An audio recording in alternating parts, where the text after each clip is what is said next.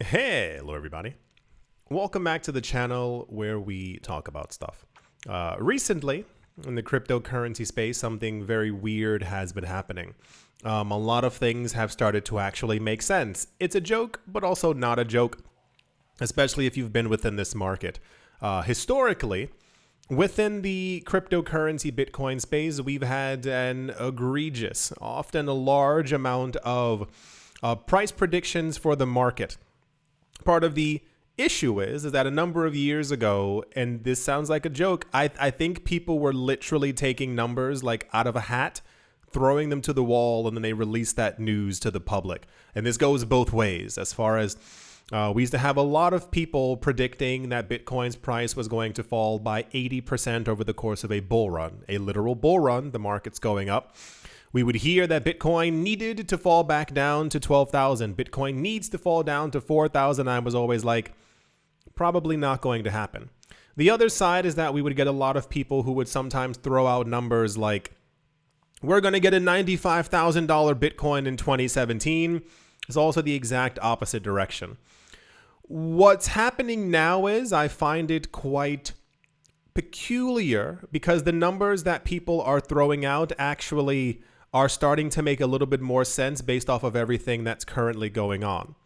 So at the beginning of this year, we heard that a lot of people, this was before we had any ETFs, people were predicting that we could potentially have a maximum price of Bitcoin going to $55,000, and that would be it. Obviously, we've completely passed by that.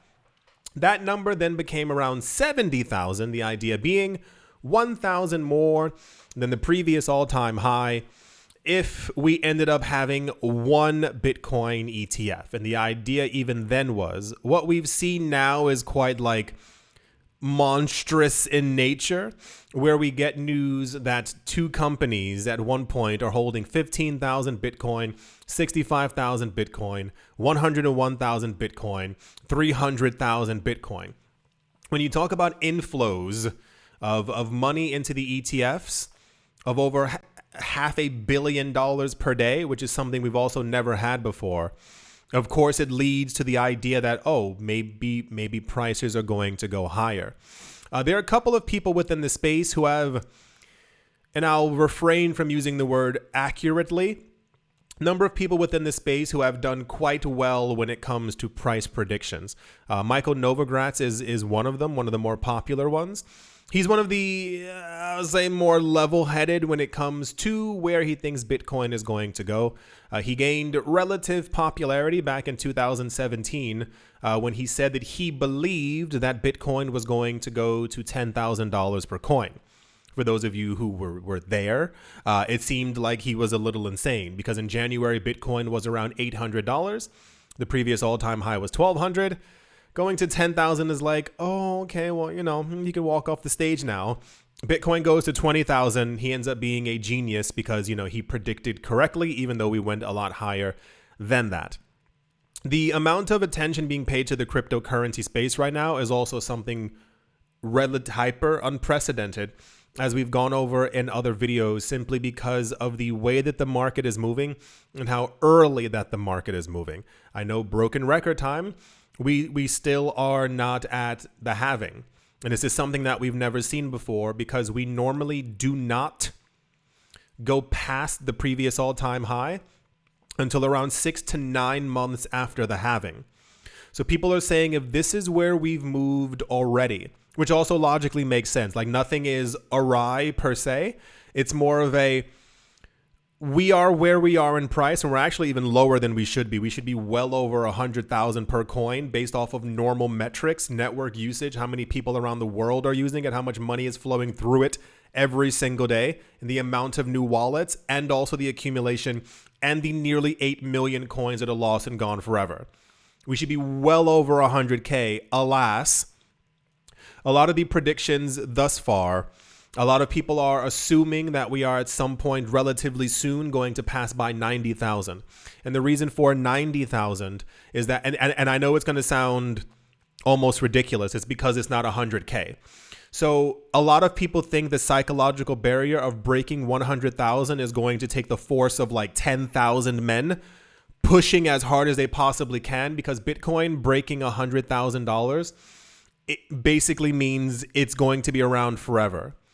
We in the market might understand this, but other people who are not in the market with us don't have a common perception as to what Bitcoin is. You might hear about it on the news, you might hear about it from your grandson, but that's as far as you actually get into it. A lot of state pension funds and country pension funds are also talking about having allocations into Bitcoin and or into the Bitcoin ETFs as well. Getting a bit off track, but you understand exactly what I'm talking about. When you get all of this news, it goes and flows into your metrics. It goes into the idea of where Bitcoin's price is going to be, how far it's going to go. If we had news in January that by December we should have gone up to maximum $55,000, and then you get news of accumulation of hundreds of thousands of Bitcoin, which I'm still predicting by summertime is going to be over 1 million Bitcoin from these ETF companies. All the other accumulation that we're seeing, all the new wallets that are being made per day who are also buying up tons of Bitcoin, you out there who probably also even have like perpetual buys on different websites where you're constantly, dollar cost averaging into it, you're not the only one doing it. It's tens of thousands, if not low millions of other people who are also buying the same exact way. There's not a lot of Bitcoin left. There's a very famous analyst who also became popular by his like realistic price predictions for Bitcoin. And the reason why I think this one also made news is because it's dramatically similar to the other ones that we've had before. And it sounds intense. It's because it is. We're at the point in the market right now where like it's no longer like child's play, if you will. It's something that is taking over entire industries, and we're talking about Bitcoin moving up this halving or the next halving to actually take over the market cap of gold. It's kind of a big deal. His name is Willy Woo, W-O-O. I'm pretty sure we've gone over him before. He's done very well with his predictions as to where prices are going to go. He's even like forecasted a lot of times. He's like, we're going to go to this number, and then we're going to fall back in price for about a good 2 weeks before we end up moving back up. And then we'll move to this number. We're going to fall back. He's pretty good with all of his charts. The price predictions that we've had before for Bitcoin, as far as like after the ETFs and after the halving, have typically ranged this year to roughly around anywhere from 90 to around 120 to 150,000 is like the far end. $150,000 per Bitcoin by the end of this year.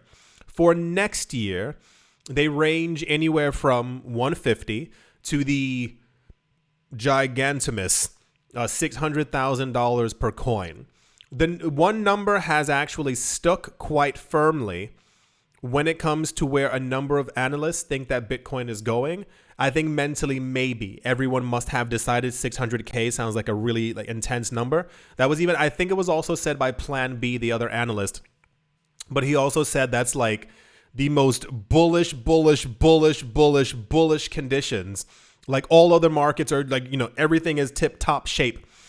Willy Woo thinks that Bitcoin's price is going to reach a peak of $337,000.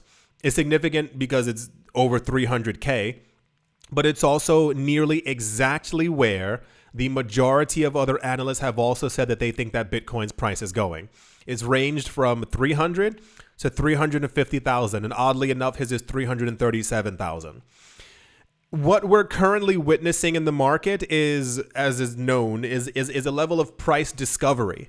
If every time Bitcoin goes above its previous all-time high, regardless if the price dips, doesn't matter. It's looking for like an actual metric to be able to place so that people say that this is currently how much that Bitcoin is worth. A lot of times you'll see it as well. If, for instance, if Bitcoin is 73,000 and falls back down but doesn't fall below 60,000, because 60,000 is now the new base. It will not go lower than that. And you'll see it ticking back up. We hit 70, 85,000. Bitcoin falls back down again. It doesn't go below 75,000. 75 is the new base. Mentally, as a public, we have a number in our minds as to when or how low we're willing to let Bitcoin go. If Bitcoin is currently 60 something, 70 something $1,000, and you see that Bitcoin's price goes down to $18,000, are you buying? More than likely. If Bitcoin is at 70,000 and falls back down to 55,000, knowing that it's going to go back up, are you going to be buying? More than likely. This is kind of the idea. So at a certain point collectively, mentally, especially for the people who are heavy-handed when it comes to their finances, they're not going to let Bitcoin go down that low because they see the price that they want to buy at. It ends up going to it. They buy a lot. The price ends up going back up. So eventually when we do hit these higher numbers and people try to, people are selling and the price goes down, there's going to be someone, probably BlackRock and Fidelity, who are going to be like, no, that's way too cheap. And they end up buying up all the Bitcoin. Price predictions are very interesting for the market. And I'm fascinated to see that they're all kind of gravitating to the exact same place. Because once again, we've never had this for other markets. It's always been completely insane numbers as to where a lot of the prices are going to go. And we're seeing them constantly reframed based off of like actual data that we're getting. And as always, I am very, very fascinated to see what's going to happen after the halving. I know it's the first market cycle for a lot of you people. It's the first halving for a lot of you, as they happen every 4 years. Hello. It's going to get pretty insane, but of course, I want to see exactly how wild the market's going to go, especially with all these expectations of a $300,000 plus Bitcoin. Of course, we'll be talking about it as time ends up going on because that's what we do. Crazy, right? Yeah, I know. I can't be the only one. I'm ready for the ride, and it's interesting, like seeing all of this stuff taking place, especially when it comes to like the levels of accumulation that we currently have in the market. I do sincerely hope that you've all enjoyed. I do hope you all are having a great day, morning, afternoon, evening, wherever you are, wherever you might be. I do hope it's absolutely fantastic. Thank you all once again for watching, listening, liking, commenting, and supporting. And I will most certainly be talking to you all soon. See you.